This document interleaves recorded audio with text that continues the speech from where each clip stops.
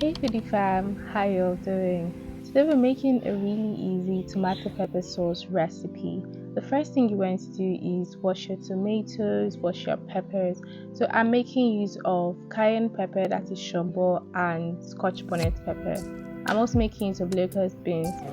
I'm using this all-time vegetable grinder. If you recognize this vegetable blender, say something in the comments. So I'm using this vegetable grinder to grind everything together: the tomato, the shombo, the ataro, the onions, and the locust beans. So it's going to roughly blend everything together.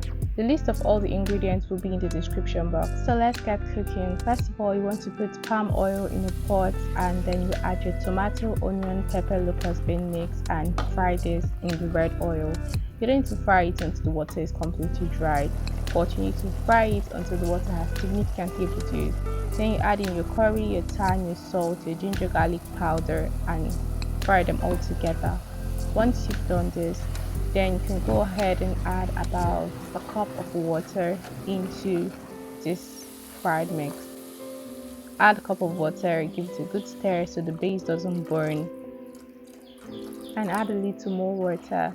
Then we add in Pomo cow skin into this mix. I mean, what's a Pomo sauce without Pomo?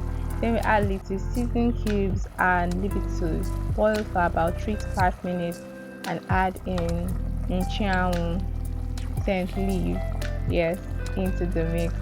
Cover it and let it just steam for about 3 minutes, and your sauce is ready. You can eat it with yam, you can eat it with plantain, you can eat it with even potatoes. This is like your all-time go-to sauce. Please don't forget to like, comment, subscribe, share. Bye guys.